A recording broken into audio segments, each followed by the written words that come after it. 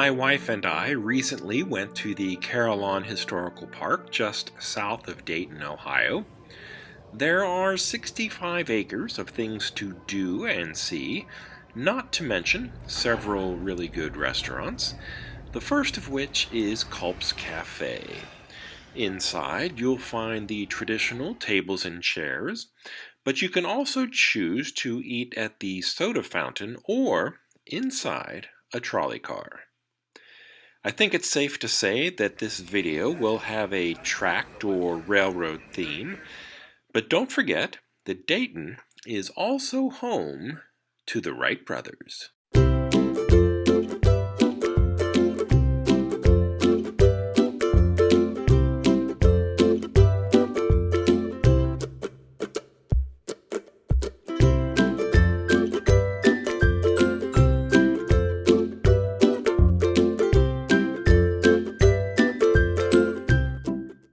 I highly recommend that any visit to the Carillon Historical Park begins with a train ride.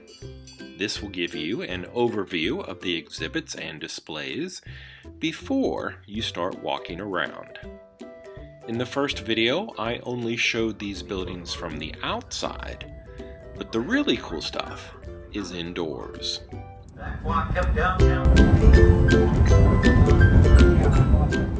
The James F. Dick Family Transportation Center houses an incredible selection of trolleys, a caboose, a passenger car, and even more, all from the beginning of the 20th century.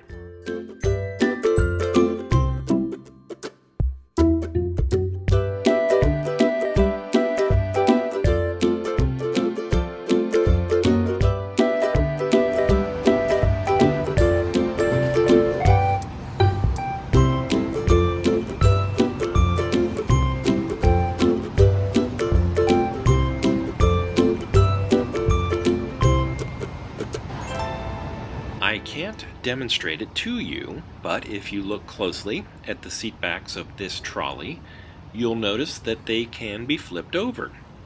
That way, whichever direction the trolley is going, you could always be facing forward in your seat.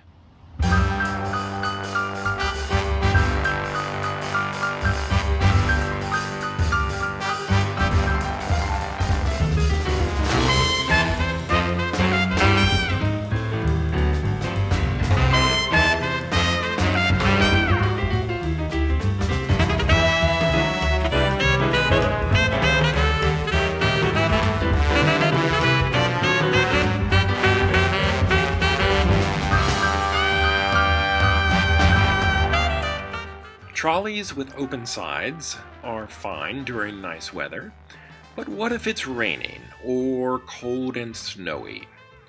The winters can be brutal along Lake Erie, which is probably why the Toledo, Port Clinton, and Lakeside Railway operated this beauty.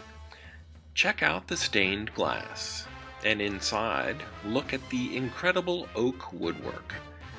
The seatbacks can still be flipped over so that passengers would always face forward. Plus, this car even had a restroom. Toledo and Port Clinton are actually about 48 miles apart, so a restroom is a bit of a necessity.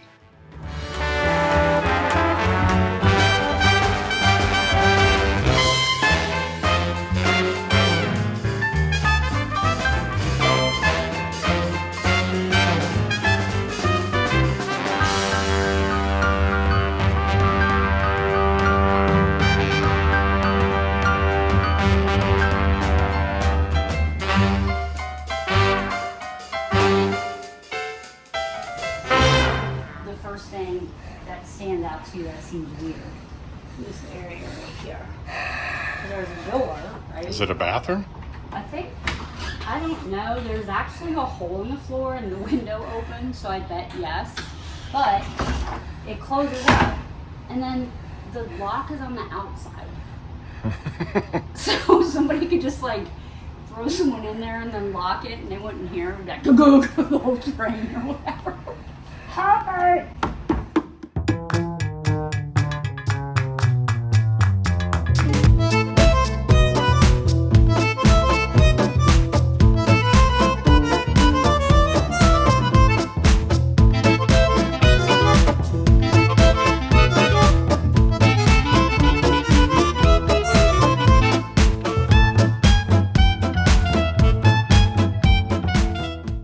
Gondolas, boxcars, flat cars, they're all okay, but I like the railroad cars that were made to carry people. Trolleys, passenger coaches, and of course, the humble caboose. A red caboose at the end of a string of freight cars is an iconic image on its own, and this one is not only the right color, but it's also from my favorite rail line, the mighty Baltimore and Ohio.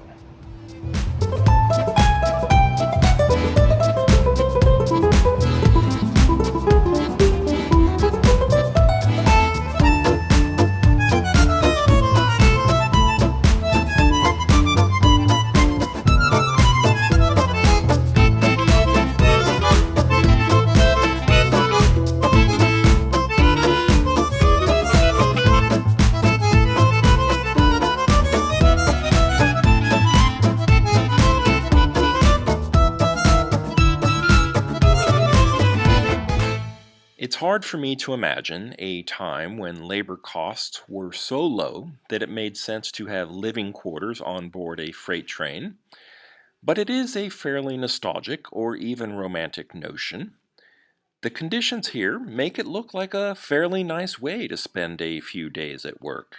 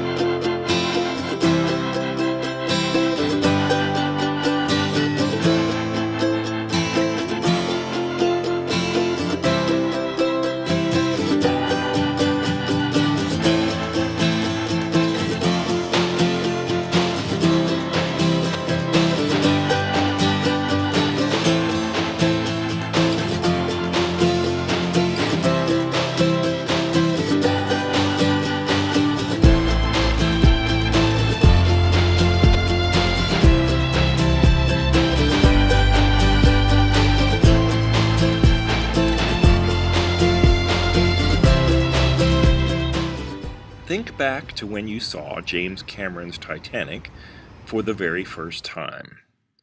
Remember the furniture, the light fixtures, and the woodwork. Picture all of that, and then enter the Detroit and Mackinac passenger coach.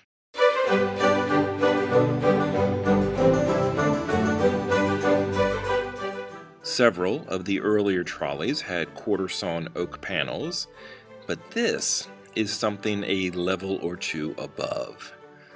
I'm not sure if this is cherry or mahogany or some other exotic hardwood, but the craftsmanship is incredible, and so was the restoration.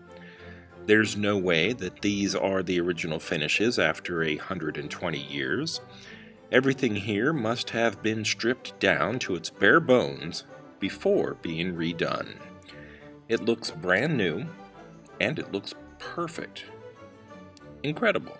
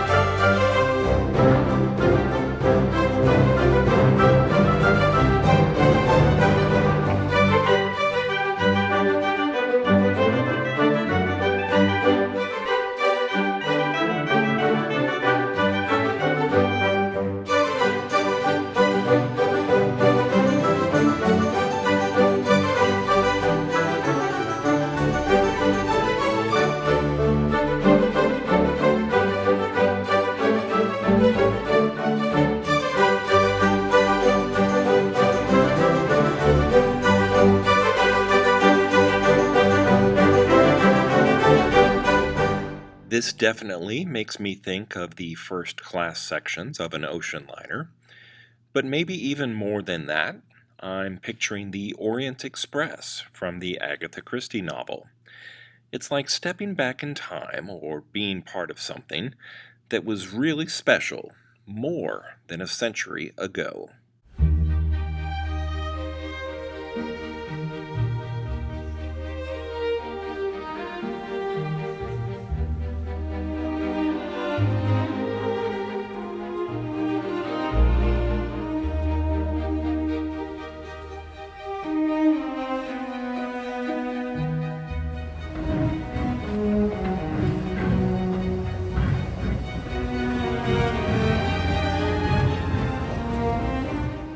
Leaving the James F. Dick Family Transportation Center, our next stop will be the Wright Brothers National Museum. The storefront and work areas have been recreated here because the original building was purchased by Henry Ford and then relocated to the Greenfield Village at the Henry Ford Museum in Michigan.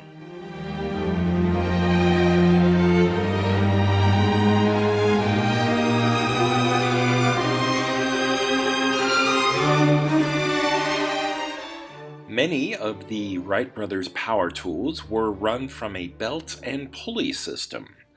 The shop lathe, the grinder, and even their wind tunnel were all driven by belts and pulleys. That's pretty amazing. What's also amazing is that someone would risk their life just to be the first person to pilot a motorized aircraft. This airplane is really big, but it's not too sturdy looking. So I can't even imagine lying flat on my belly and then soaring through the air head first. But that is exactly what Orville Wright did in 1903.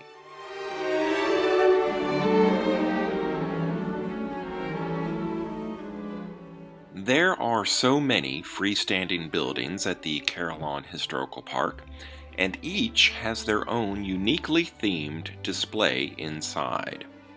This one is the Dayton Sales Company, and it gives you a glimpse into what an automobile dealership would have looked like in the 1920s.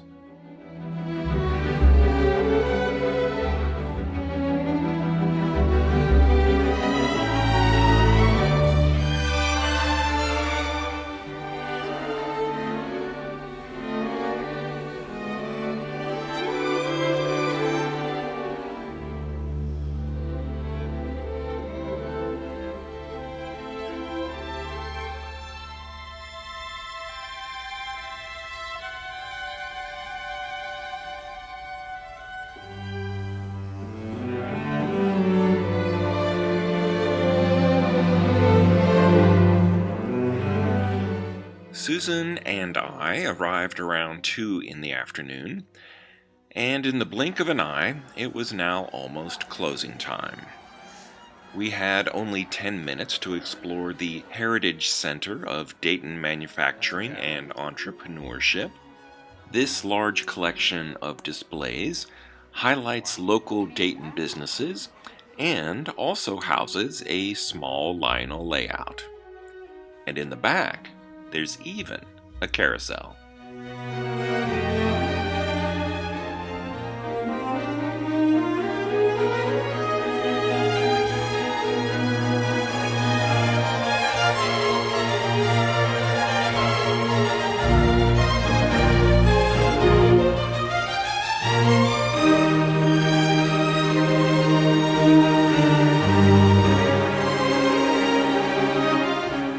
It seems like most museums or theme parks are arranged in such a way that you end up going through the gift shop. To have fully seen everything here at the Carillon Historical Park, we should have given ourselves at least 6 hours. More, in fact, because I would have liked to have tried at least one of their restaurants. But there's always next time. If you enjoyed this video, please like and subscribe. And until that next time, this has been Bob's Workshop. Take care.